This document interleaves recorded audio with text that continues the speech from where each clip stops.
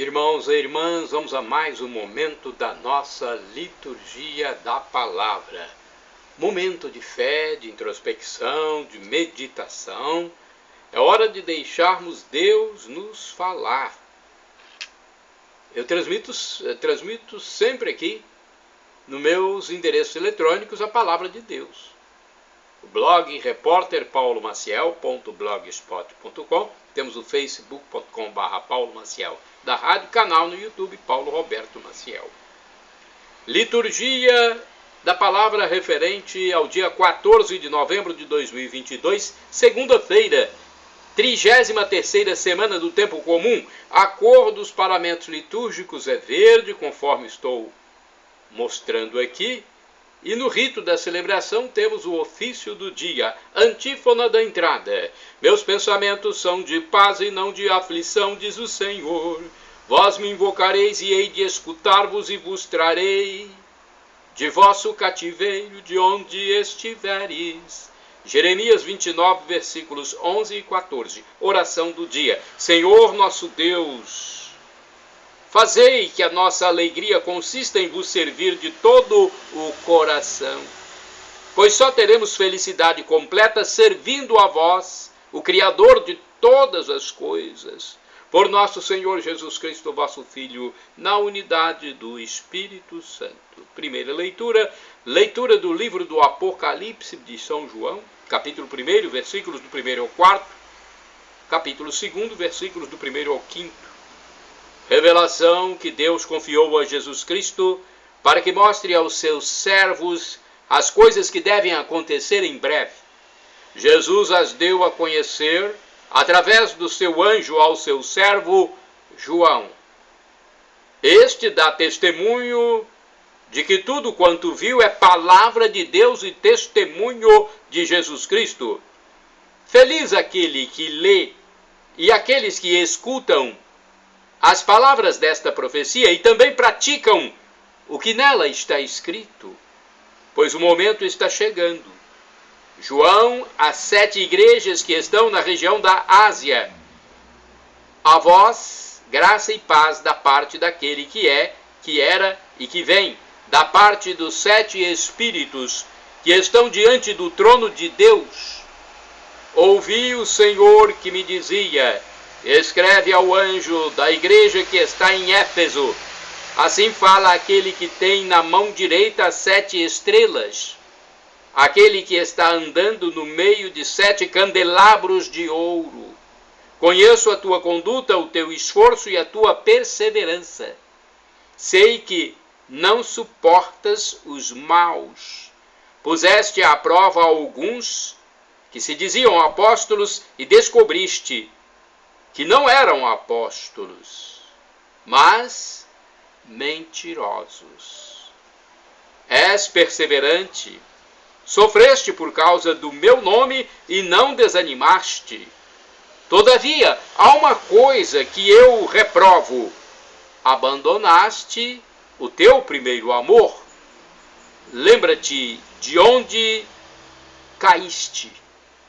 Converte-te e volta a tua prática inicial. Se pelo contrário não te converteres, virei depressa e arrancarei o teu candelabro do seu lugar. Palavra do Senhor, graças a Deus. Salmo responsorial, Salmo 1, versículos do 1º, 2º, 3º, 4º, 6º, refrão, Apocalipse, capítulo 2, versículo 7b. Ao vencedor concederei comer da árvore da vida. Repitamos: ao vencedor concederei comer da árvore da vida. Feliz é todo aquele que não anda conforme os conselhos dos perversos, que não entra no caminho dos malvados, nem junto aos zombadores vai sentar-se, mas encontra seu prazer na lei de Deus e a medita dia e noite sem cessar. Ao vencedor concederei comer da árvore da vida. Eis que ele é semelhante a uma árvore que à beira da torrente está plantada, Ela sempre dá seus frutos a seu tempo, e jamais as suas folhas vão murchar. Eis que tudo o que ele faz vai prosperar.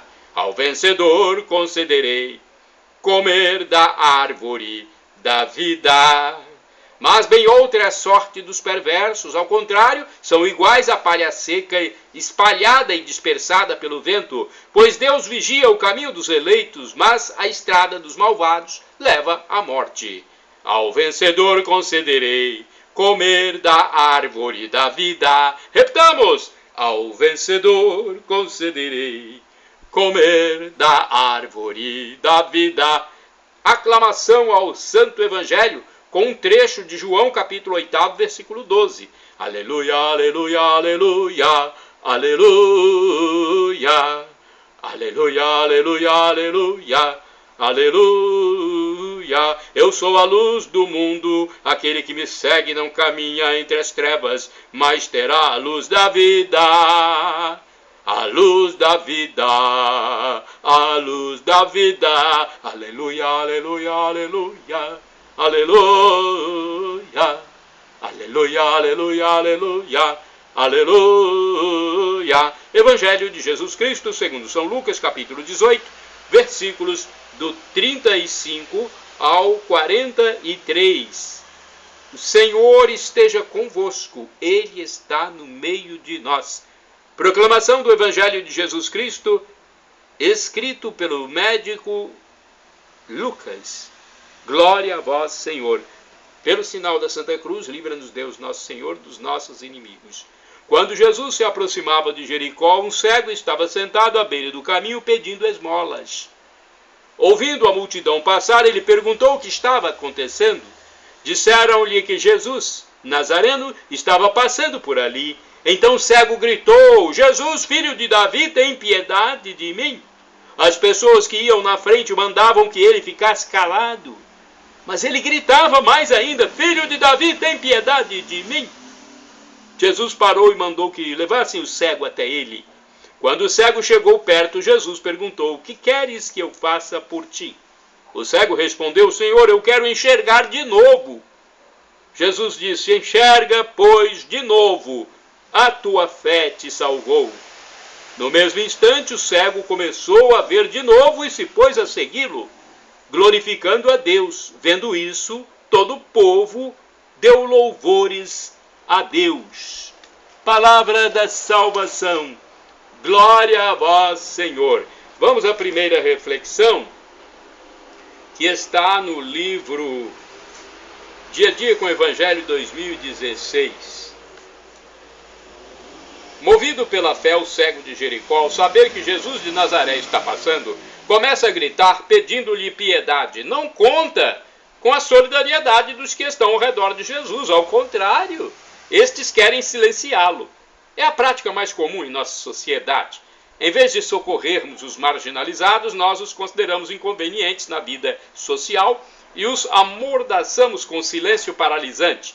Em favor do cego de Jericó vem a sensibilidade de Jesus, bom ouvido e bom coração. Jesus faz uma parada e manda que o chamem. Jesus lhe dá mais do que simples esmola, restitui-lhe a visão, e o cego passa a ver duplamente. Enxerga Jesus com os olhos físicos e com os olhos da fé. Tanto assim que dá glória a Deus e segue Jesus a caminho de Jerusalém. Qual é o tipo de cegueira que nos afeta, hein? Vamos refletir? É assim que a gente deve fazer. Reflita aí para saber qual o tipo de cegueira que o afeta. Eu vou fazer a minha reflexão também. Agora, o comentário é de Antônio Carlos Santini. É um comentário mais profundo, uma liturgia comentada, com o título E se pôs a segui-lo. E-mail santini@novaalianca.com.br para você segui-lo, você mandar alguma informação para ele, pedir. É importante. Antônio Carlos Santini. Lucas 18, versículos do 35 ao 43. Vejamos o que diz Santini. Um cego na beira da estrada, toda uma vida de humilhação, exclusão e dependência. Seguramente já ouvira falar daquele estranho rabi da Galileia que limpava os leprosos e animava os paralíticos. É quando passa a multidão, ouvindo o burburinho, o cego se informa e fica sabendo que Jesus está passando. É hora então de gritar. Foi Santo Agostinho quem escreveu: Timeo lesum pretereutem et non redeutem. Isto é, temo a Jesus que passa e não volta. Temo perder a hora da graça, a oportunidade imperdível. Por isso mesmo, o cego de Jericó ergue o seu berreiro: Jesus, filho de Davi, tem piedade de mim. Tentam fazê-lo calar, mas ele insiste até que Jesus para e o atende. A uma palavra de Jesus, o cego recobra a vista. Com brados de louvor a Deus, ele se põe a seguir Jesus, isto é, torna-se um discípulo. Cabe aqui uma reflexão: qual a intenção profunda de nossas orações? Quando pedimos a Deus saúde, emprego, dinheiro e cura das enfermidades, que é mesmo que estamos buscando? Pode ser que estejamos apenas em busca de segurança material, sossego, alívio das dores. Não é uma forma de egoísmo? Pergunta o Santini aqui: não é uma forma de egoísmo? Buscarmos segurança material, sossego, alívio das dores? Vamos refletir, né? Vamos meditar. O cego de Jericó podia ter obtido a visão de volta, agradecia a Jesus e, de olhos bem abertos para a realidade, seguia sua estrada para cuidar da própria vida. Mas não, ele se põe a seguir o médico que havia curado de sua enfermidade. Só tem olhos para Jesus. Outra vez, quando Jesus havia curado 10 leprosos, somente um, logo o estrangeiro, voltou a dar graças. Voltou para dar graças, para agradecer. Os outros 9 estavam simplesmente satisfeitos com a própria cura, nada mais queriam, exceto o atestado de saúde a ser obtido com os sacerdotes do templo, conforme a lei da época. Egoístas, não? Egoístas. Não foram agradecer a Jesus pela cura. Se nós queremos cura para servir aos irmãos, ótimo. Se queremos saúde para trabalhar pelo reino, tudo bem. Mas se queremos emprego só para ter dinheiro no banco, se queremos passar no vestibular só para subir na vida, sei não, hein? Nossas intenções não são das melhores. É bem verdade que, como assevera o povo simples, Deus não dá asa à cobra. Pode ser que nossas orações não sejam ouvidas porque o bom Deus avalia nossas intenções e antevê que acabaríamos prejudicados com aquilo que pedimos. Fechados em nosso pequeno mundo, teríamos em mãos mais recursos para a nossa perdição eterna. Se Deus atendesse às nossas preces, retificando, se Deus atendesse às nossas preces, nós o seguiríamos? Irmãos e irmãs, orai sem cessar. Só uma coisa pedi ao Senhor: morar na casa do Senhor todos os dias da minha vida. Salmo 27, versículo 4. Vamos ao santo do dia 14 de novembro. São dois santos, Alberto de Utrecht e São Serapião. Primeiro santo. Santo do dia 14 de novembro, Alberto de Utrecht. Eu fiz a pesquisa no site rs21.com.br.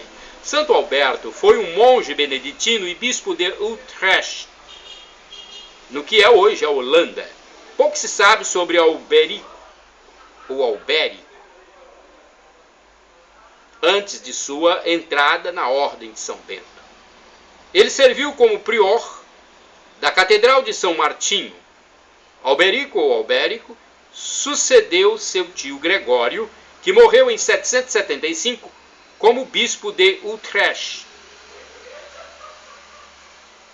Seu bispado foi visto para o sucesso da sua missão entre os pagãos, bem como a reorganização da escola de Utrecht. Quando se tornou bispo, uniu todos os sacerdotes de sua diocese e formou as primeiras missões populares. Ele acreditava que o amor vem pelo conhecimento, por isso queria ensinar a doutrina aos fiéis. Outro santo. São Serapião é santo do dia 14 de novembro. Serapião nasceu em 1179 e já em 1190 participou com o pai da Terceira Cruzada. No regresso foi feito prisioneiro das tropas do Duque da Áustria, próximo da Laguna Vêneta, e mantido como refém. O segundo século de cristianismo concluíra-se com uma breve pausa de tranquilidade após tantas provas sangrentas nas várias perseguições. Até então, os cristãos eram perseguidos apenas se denunciados como tais. Mas, precisamente no início do século III, Setímio Severo, inicialmente tolerante, deu por primeiro exemplo de ataque direto à expansão do cristianismo, decretando a proibição do batismo. A experiência militar de Serapião foi quando ficou a serviço do rei Afonso de Castela, que havia decidido tomar parte da Quinta Cruzada, e então o santo pôde voltar novamente à Áustria. Lá passou a militar sob uma nova bandeira, uma outra bandeira.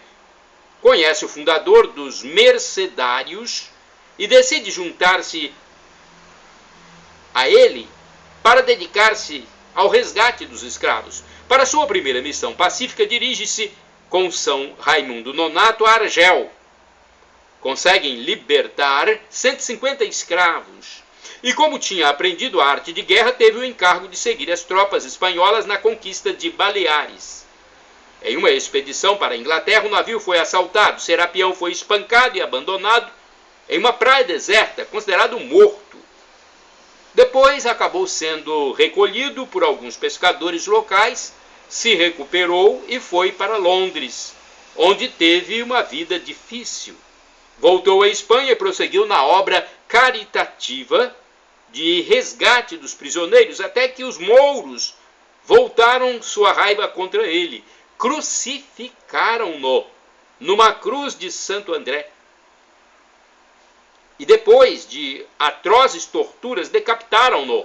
Seu culto foi confirmado em 1728. Mereceu também o título de impassível, pelo total controle de si mesmo e absoluto desapego de outras coisas, de todas as coisas, até da própria liberdade, a ponto de vender-se como escravo a uma família de comediantes com o único fim de instruí-la na fé cristã. São Serapião, rogai por nós. Shalom Adonai, uma expressão hebraica que significa a paz de Deus. El Shaddai significa Deus onipotente, Deus todo-poderoso. Ele proverá se for para o seu bem. Ele providenciará se for algo em seu benefício verdadeiro. Porque Deus pode nos dar 3 respostas: sim, não ou espere. E agora eu clamo, Maranatá. Do dialeto de Jesus, o aramaico para o português significa vinde, Senhor Jesus. Nossos irmãos evangélicos dizem Maranata, com a tônica na penúltima sílaba. Não importa. A pronúncia não importa, porque a tradução é a mesma. Vinde, Senhor Jesus, vem, Senhor. Um dia ele vai voltar e vai acontecer o juízo final, numa dimensão mística que não temos como definir previamente. Não cabe em nossa cabeça, é inefável. Só sabemos que o sofrimento de agora nem se compara com a glória futura que será revelada em nós, conforme disse o apóstolo dos gentios, São Paulo. Mas para nós termos essa glória futura, temos que nos arrepender dos nossos pecados e aceitar a graça que Deus nos dá. Perdão, Senhor, pelos meus pecados passados, presentes, futuros, físicos e espirituais. Perdão, Senhor, pelos pecados do pensamento, palavras, atos e omissões. Perdão, Senhor Jesus, e me dê a vida eterna convosco.